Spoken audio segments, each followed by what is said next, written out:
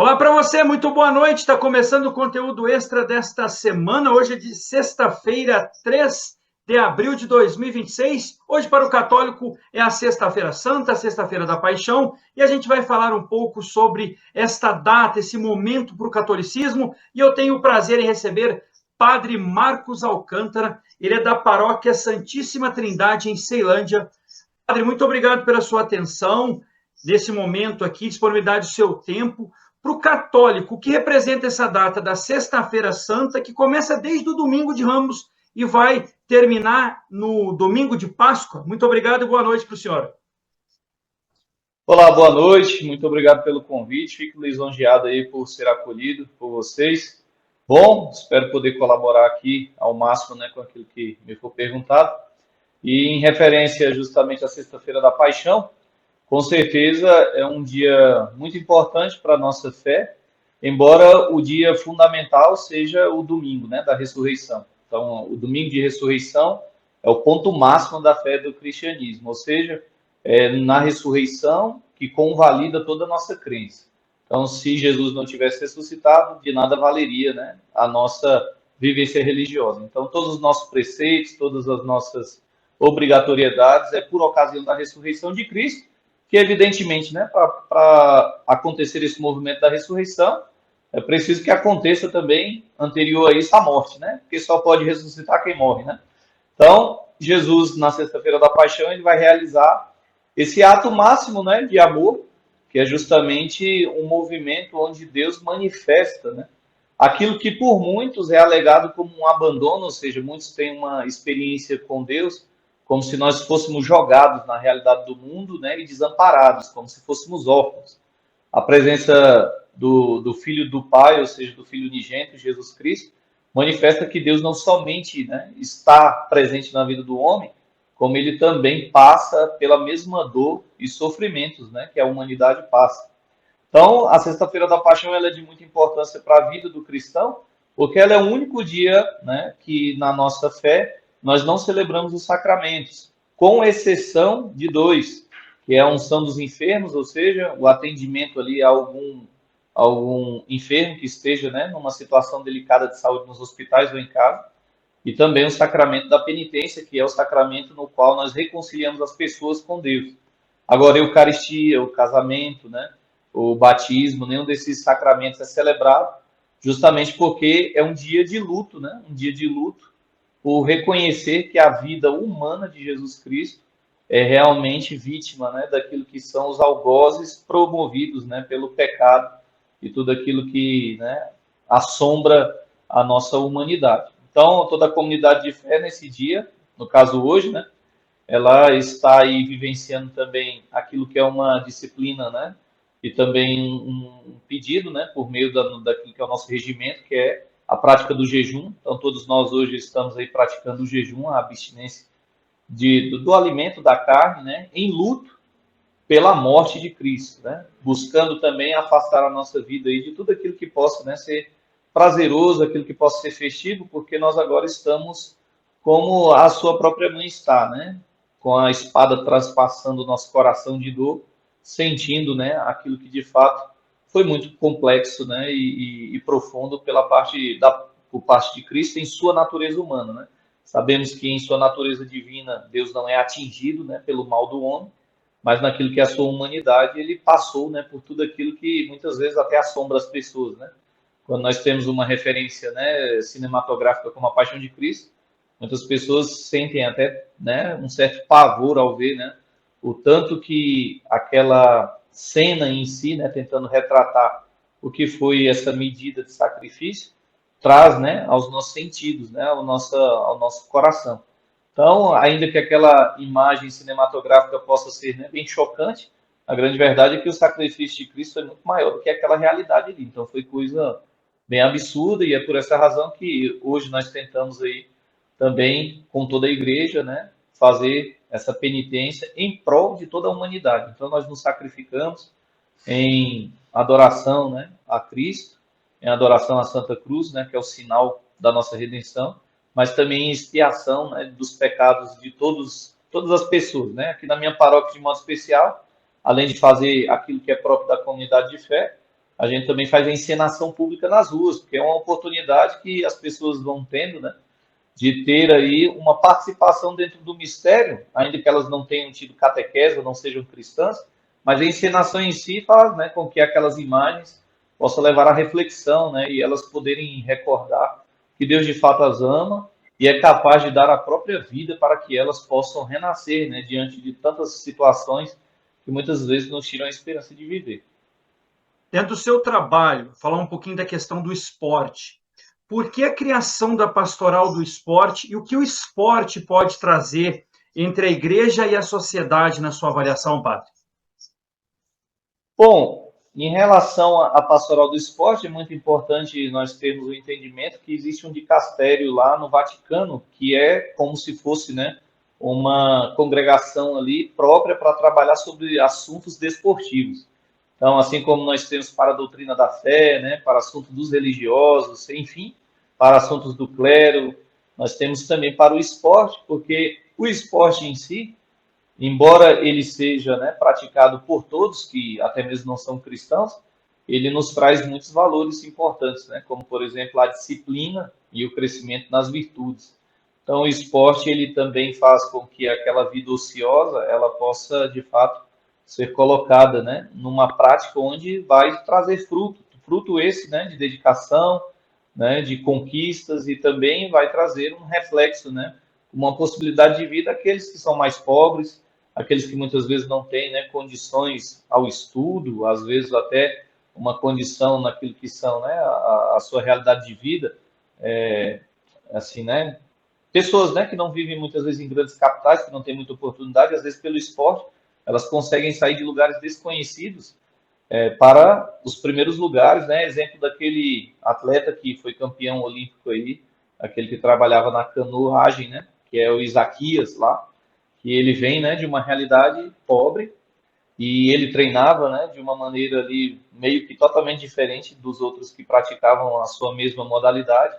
E, embora fosse muito difícil, o seu esforço fez com que ele saísse de uma cidade, né, que muitas vezes não tinha muita visibilidade, ele alcançasse a medalha de ouro, o reconhecimento mundial, e também levasse, né, os holofotes à sua terra, levando outros recursos, né? Então, o esporte, ele engrandece, enobrece a pessoa, e não diferente disso, ele também, para a perspectiva de fé, ele colabora para que o cristão também ele possa entender que a vida nossa, né, de conversão, a vida de penitência, não é simplesmente uma vivência de sofrimento, de dor, né, mas é uma vivência onde nós queremos atingir a excelência humana, né? Então, atingir a excelência humana significa, num primeiro momento, renegar aquilo que é mal, aquilo que é mentiroso, aquilo que não faz parte de Deus, para alcançar a santidade. Então, o processo para se tornar um santo é muito semelhante a um processo para se tornar um medalhista, né? Porque exige disciplina, existe dedicação, existe também abertura, né? Para que, diante, né, de alguns comportamentos, a gente alcance degraus mais altos, porque nós temos muitas formas de pensar em viver a santidade, mas nós precisamos também de um treinador, né, de um diretor espiritual, para que a nossa caminhada ali não se perca por meio da soberba, por meio, né, de alguns ensinamentos que não são ali apropriados. Então, o esporte ele vem nessa perspectiva de também favorecer o cristão a se desenvolver como ser humano, né? Porque existe uma máxima na nossa religiosidade cristã que nos diz: antes de ser santo, é preciso que você seja verdadeiramente um homem, uma mulher, né? Então, ninguém pode ser santo se de fato não é homem perfeitamente, se de fato não é uma mulher perfeitamente. Então, o esporte ela vem nessa perspectiva, né, de trabalhar as virtudes humanas, mas também nos serve, né, como uma maneira bem mais suave de se vivenciar a fé numa perspectiva talvez que muitos não vão ter da religião, é de uma maneira mais de entretenimento, né, de diversão, de alegria. Então você ter ali, né, o esporte como uma possibilidade dos irmãos disputarem um campeonato, seja de futebol, seja de voleibol, ou até mesmo esportes radicais como skate. Eu acompanho até jovens aqui que são do break, da minha região aqui, temos muito atletas urbanos. Então, essas pessoas, por meio disso, elas, né, vão promovendo a própria vida, vão também encontrando valores como, né, a fraternidade, e também ali a gente vai inserindo aquilo que muitas vezes falta, né, na nossa realidade social, que é o contato, né, de Deus com a pessoa. Então, eu elaboro as competições aí desportivas, tudo semelhante, né, ao que a sociedade promove, porém sempre tem um diferencial, né? Primeiramente o padre, né, que essa nossa roupa aqui, ela já impacta, né? Todo lugar que você chega, a pessoa ou ela tem muito medo de você, ou ela vem te pedir a bênção e fica muito feliz. Então a roupa já é um sinal, mas às vezes a gente está ali e começa a conversar com as pessoas começam a tirar curiosidade, né? Porque primeiramente não vem muitos padres em estádios, não vem muitos padres participando de atividades assim. Quando vem, logo elas, né, vão perguntando, padre, tenho essa dúvida, tenho aquilo, então nós de uma maneira bem mais simples, bem mais desarmada, né, sem muito aquela estrutura toda, né, da igreja em si, a gente consegue acessar o coração das pessoas. Então, em algumas competições, eu já tive a experiência de, enquanto estava tendo a competição, tinha lá uma plaquinha, confessionário. Então, a pessoa ia lá e se confessava. Já estou aqui, né? Aproveitar para conversar com o padre. Então, em algumas competições, a gente inicia com uma Santa Missa, né? Então, um momento ali para dar a bênção, para dizer, né, que Deus está no meio de nós realmente, né? Não está no meio de nós somente dentro de um templo sagrado, mas ele está no meio de nós, ali no esporte, ali na família em casa, ali no cinema, ali naquele churrasco onde se reúne os amigos e todo mundo quer ter, né, uma vivência de entretenimento. Deus está em todos esses lugares, desde que o comportamento do homem seja voltado para o bem e a verdade, né? Então Deus habita onde está ali o bem e a verdade, e o esporte, né, tende a também levar todo esse enriquecimento, né, em torno da verdade e do bem. Dentro desse período aí, o senhor contou aí essa questão, mas ficou muito marcado um fato, né? No período da Quaresma, o senhor fazia as orações, né? Como várias comunidades católicas fazem, mas o senhor fez uma oração específica para o Vasco. Mas como é que começou essa história de ter um time? Porque, na verdade, o senhor não é vascaíno, é isso, mais ou menos? Não, eu sou São Paulino, eu torço para o São Paulo Futebol Clube. Oh, e por que essa questão com o Vasco? Então, assim, para que a gente tenha um entendimento de como tudo isso nasceu, então aqui em Brasília, eu estou iniciando um projeto que é justamente me colocar nas redes sociais, né, nos veículos de comunicação, para que a gente possa também exercer esse projeto de evangelização. Só que eu estou tentando fazer um projeto de evangelização que saia um pouco da perspectiva do que é o costume cristão. Então, se você for conhecer outros veículos de comunicação, nós temos ali a Canção Nova, a Rede Vida, entre tantos outros veículos, que de uma certa maneira tem, né, sim, um hábito de produzir os programas de uma mesma forma. Então, eu como antes, né, da minha vida cristã e até mesmo da minha vida sacerdotal, eu sempre tive um aspecto um pouco voltado para o humor. A minha mãe, né, dizia quando eu era criança que eu ia ser humorista, né, porque eu gostava sempre de fazer algumas brincadeiras e eu falava, né, será, mãe, que eu tenho um dom para isso? Eu brincava, tentava, na época eu tinha como referência o Tom Cavalcante, né, que era o grande humorista da minha época. Então eu tinha muitas coisas voltadas a isso. Depois que a gente caminha na fé e tudo mais, a gente vai amadurecendo sobre o que é, né, de fato, a religiosidade. Num primeiro momento, a gente recebe ela sempre como um peso, mas maturando ela, depois de um processo, a gente percebe que muitas vezes nós somos imbuídos aí de muita fala aleatória, de pessoas que não têm muito conhecimento do que, de fato, a vida em Deus representa. Então, eu peguei toda a minha experiência que eu tive com Deus até esse determinado momento e tive o interesse de colocá-la da minha forma, né? Embora eu defenda tudo aquilo que são os valores da fé cristã, católica, né? Então eu também busco transmitir esses valores, mas sem deformar a minha personalidade, porque nenhum, né, nenhuma das pessoas é chamada por Deus para que perca a própria personalidade, né? A nossa personalidade é um dom de Deus. Então a minha é o humor, né? Embora em alguns momentos eu estou bem sério, porque se o pato também não brigar uma vez ou outra, né? O povo é igual filho, né? Apronta, né? Então o Verdade. pato tem que ser Tem que filho. puxar a orelha, né, Então o padre? pato tem que puxar a orelha, senão o povo acha que tudo é palhaçada, né? Então, eu criei um programa de esporte que se chama Arena Nova Aliança. A ideia nesse programa é que a gente seja semelhante a todos os outros programas aí famosos, o Globo Esporte, o programa do Neto, esses programas que tem, porém tem a presença de dois padres, ou seja, dois padres que entendem de futebol. Inclusive, nós temos ali um dos padres que tem a formação, né, é jornalista também. Então, a gente quer ali transmitir a nossa presença, né? Nós que não somos muito conhecidos, humanamente falando, né? Que a gente é sempre visto como um totem, né? Um símbolo ali sagrado. Então, a gente manifesta ali a nossa presença, falando, né? Cornetando, resenhando, mostrando a nossa desenvoltura no esporte. E aí, ali dentro do programa, né, o apresentador é vascaíno. E aí, nas resenhas e tudo, né, eu e o outro padre somos São Paulinos, então eu comecei fazendo uma piada, né, que eu dizia que Jesus começou a andar nas águas, sobre as águas, não foi, né, andando sobre o mar ou coisas assim, foi andando sobre as lágrimas do Léo Jardim, né, que chorava tanto, né, que abriu foi um rio e Jesus começou a andar por cima. Então, a partir disso aí, o apresentador falou, pô, padre, ao invés de você ficar malhando do Vasco, você podia rezar pelo Vasco. Aí eu falei, não, tudo bem, eu topo, vou rezar pelo Vasco. Porque, né, não existe maior amor do que aquele que dá a vida pelo irmão, né? Amar uns aos outros como eu os amei, então, eu sendo São Paulino, falei, vou fazer diferente. Ao invés de rezar pelo meu time, vou rezar pela felicidade do meu irmão, né? Tentar fazer com que ele seja feliz. Aí ele falou assim, padre, então, peço a Deus aí que a gente ganhe 7 vitórias seguidas, tenha 7 vitórias seguidas. E aí eu disse a ele, aí, né, meu amigo, aí você tá de brincadeira, né? Até Deus sorriu lá no céu, né? Vamos fazer o seguinte, 7 partidas sem perder. Aí, não, tudo bem, 7 partidas sem perder. Então, com isso de 7 partidas, o povo começou a brincar comigo, falando, eu quero ver você fazer esse milagre, né? Porque o Vasco estava tendo, né, uma sequência de derrotas assim, que ninguém acreditaria que o Vasco fosse permanecer na primeira divisão no ano passado. E aí eu comecei a rezar, e aí o Vasco ficou 9 partidas sem perder.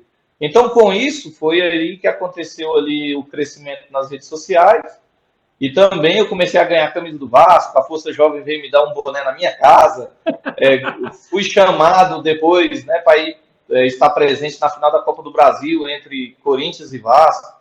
Então, a minha vida mudou com o Vasco, embora eu seja São Paulino. E aí, sempre, né, eu venho rezando aí, brincando. E aí, como o Vasco ainda não foi campeão, porque eles me agradeceram, porque o Vasco voltou pelo menos a uma final, que antes nem chegava mais, aí eu falei, eu só vou largar o Vasco no dia que o Vasco voltar a ser campeão. Aí eu falei, ó, para a gente ser campeão, a gente tem que ter um processo igual ao processo de salvação, que é justamente o quê? Se sacrificar, rezar, tirar aquilo que está errado do Vasco, fazer tudo.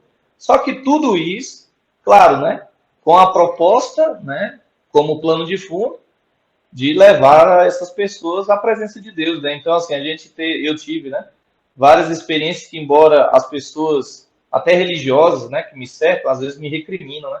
Ah, o padre fica perdendo tempo com futebol, mas elas não percebem que eu não estou ali propriamente para dar valor ao Vasco em si ou ao futebol em si, mas eu estou ali para poder gerar um espaço para uma pessoa que está há muitos anos afastada de uma realidade de acolhimento, uma realidade de Deus, ter a presença do Padre ali, porque o papel da nossa fé é levar o evangelho a toda criatura e não ficar com o evangelho com as criaturas que já são convertidas ou religiosas. Então, eu ali nesse plano do Vasco, brincando, fazendo quaresma vascaína, as pessoas estão vindo, estão rezando, elas dizem, há muitos anos eu não volto para a igreja, volto a se confessar, elas vão ali, e assim o Vasco vai ajudando, até mesmo quem é rival, a falar, padre, reza pelo meu time também, eu falo, mas está de família, se não for, não vou rezar. Então, a gente meio que faz como São Paulo fez, né? Me fiz pobre com os pobres, rico com os ricos, no meu caso, né? Me fiz vascaíno com os vascaínos, a fim de tentar muitos e conseguir alguns, né? Conseguir alguns para o reino de Deus e para realizar essa missão. Então, a quaresma vascaína, né, nada mais é do que aproveitar, né, o acolhimento que eu também recebi da torcida. Quero ressaltar nesse vídeo aqui também que eu estou numa obra aqui, a minha paróquia é carente, e aí os vascaínos, eles fizeram uma doação para a minha paróquia. Então eu vi, né, o tanto que a generosidade deles também foi grandiosa comigo, por isso, embora eu seja São Paulino, eu com certeza vou torcer pelo Vasco o resto da minha vida, pelo amor que eu também recebi desses torcedores e também pela iniciativa da parte deles, de perceberem que eu rezando, mesmo torcendo para outro time a favor deles, eles também ajudaram aqui na minha perspectiva de igreja, né, de paróquia. E aí é o que eu digo, né, o resumo disso tudo é, veja como é capaz de vivenciarmos a mesma realidade de adversários no esporte, ou até mesmo de muitas pessoas não sendo religiosas ou professando outras crenças, de se unirem por uma pessoa, né, que se manifesta querer o bem do outro, né? Eu não estou procurando que o meu time seja campeão, estou procurando que o time do outro seja campeão. E aí uma vez eu usei até numa homilia aqui, né? Eu falei, a minha alegria é rezar pelo outro e que o outro seja campeão, porque não existe maior bênção, né, na minha própria vida do que ver aquilo que eu desejaria para mim mesmo na vida do meu irmão. Então, quando eu ver, né, os vascaínos serem campeões, com certeza o meu título vai ser muito maior, porque eu vou estar feliz por ver, né, uma grande multidão, né, sendo alegre aí pelo um gesto, né, que pode não significar muita coisa para ninguém, mas eu sei que para quem sente-se acolhido, para quem se sente, né, representado também, para quem me acompanha ali nas redes, se sente amado, né? Eu acho que isso é o amor de verdade, né? Não é uma questão afetiva somente ou uma questão decorativa, né? Mas o amor é se importar com a dor do outro, né? E aqui no esporte, como eu sou da pastoral do esporte, a gente está cuidando da dor do vascaíno, que com certeza esse aí sofre, viu? Padre Marcos Alcântara, pároco da Igreja Santíssima Trindade em Ceilândia, no Distrito Federal. Padre, muito obrigado pela sua atenção. Já que o senhor usou a questão do Tom Cavalcante, agora é hora do seu show. Se quiser deixar suas redes sociais, também a rede da sua paróquia, fica à vontade. Se quiser também deixar uma mensagem de Páscoa para o próximo domingo, também um Feliz Páscoa para o senhor também aí e todos os frequentadores aí da sua paróquia, seja vascaínos ou não vascaínos. Então, eu quero agradecer aí essa entrevista aqui, foi uma felicidade da minha parte poder fazer parte aí do trabalho de vocês. E gostaria, né, de convidar vocês, o meu Instagram, se você puder seguir lá e compartilhar também, é o Marcos com U, _ Alcântara. Então você vai me encontrar lá, vou estar com a roupinha de padre, Marcos com U, _ Alcântara. Mas eu peço que você também, né, que possa se inscrever lá no canal do YouTube, eu comecei agora esse mês. Então é muito importante, lá eu vou ter muitas programações, tanto de entretenimento, também como de formações religiosas, também para crianças.